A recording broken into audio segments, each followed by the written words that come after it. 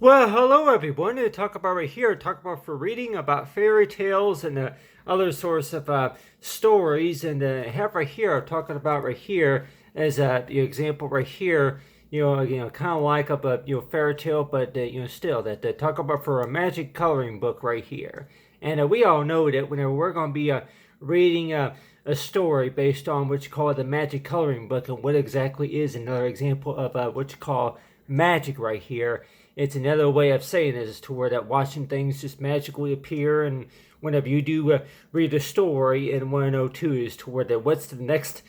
possibility for what's next for the chapter, right? So it seems like to me that each time we read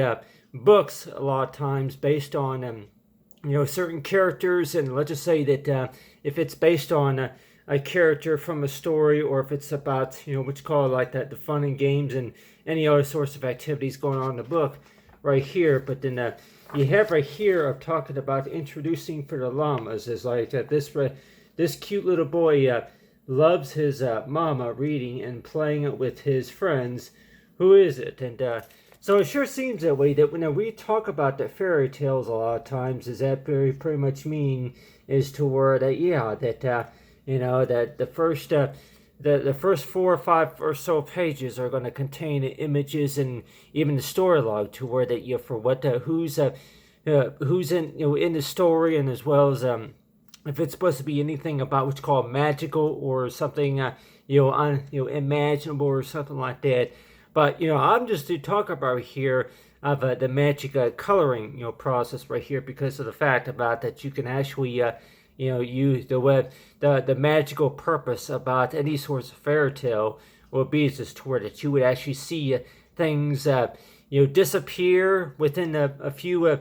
times of the story, and then they come back and reappear just like a magic wand, right? And so it sure seems that way that each time we think about the magic coloring book of the process, it sure seems that way that that there's a part of the story that goes by as to if it's supposed to connect, or for any reason at all that we're also talking about is that what's so magical about this and about that, about making friends, and I talk about for the best of friends, and she likes to build and paint things. Who is it? And so this right here, as she talks about, is this tour that whenever you do make friends, and how friends, you're able to get to know your friends a little bit more on. And so the way I think about it too, though, that whenever you read a story based on if it's going to be magic, or if it's going to be anything that is in regards to anything about Disney topics or something like that. But I just really think too that when we speak about magical, though, that could we also look at that as toward that something that either that disappears, or if it reappears or something, or do you just find out the mystery about that, to where it's supposed to show up at some point, and you're just trying to figure it out, how it all kind of show, like if you want to take a guess and want to know about who this is supposed to be, in a story. And so that's why it sure seems that way that that when we do speak about fairy tales, a lot of times they talk about for magic coloring right here, that is it really all supposed to be about discover, wonder, or something like that, or is it really supposed to be about the fact about that whenever we think about any source of story that we read about, if it's maybe going to be Cinderella, or if it's maybe going to be about Snow White and the Seven Dwarfs, or Beauty and the Beast, or something like that, and you're wondering that well, really, that when we call magical, though, that it's another way of saying is to where that you're trying to show reasonable meaning, to where that you just all you gotta do is just highlight this or color this in, and you'll be able to find out what's inside. It's supposed to be like a box of surprises, kind of like that. But the way I think about too, though, that when we think about magical, though, that could we also maybe think about just by the blink of an eye, to where that you actually what you're basically are doing is you're impressing the audience by presenting something that you're trying to surprise them with, right? So a lot of times it sure seems that way, that when we think about a magical story, though,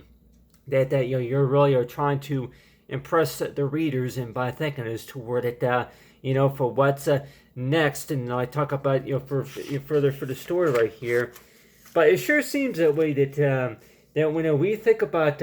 magical events and anything magical, that do we necessarily think about as to where that when we speak about magic, is that supposed to be also mean is toward that well, whenever it disappears, but then whenever it appears, right? And a lot of times you want to know too that really that does that, like most magicians would maybe say too that ways of how you get it all to work, and want to know too is that really that is it really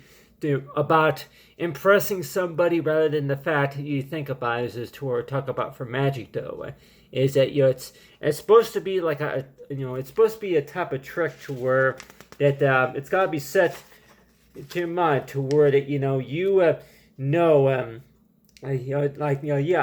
being the host of a magic show, you really need to know how you want to present your work, and then how you want to show it, so that way people can see that by how much that they're amazed, by for what they saw, from the show and all that. So, anything about magical printing or anything else magical about this, trying to solve the puzzle and all that. So anybody will want to know too that it sure seems that way. A lot of magical events, a lot of times that do happen just because of the fact that it seems to be a lot easier than compared to how much that you had complications with trying to solve the story and all that. So a lot of times it seems like a lot of these activities go by as to where that something that seems to be a lot easier, just like magical. But anyway, you talk about fairy tale stories.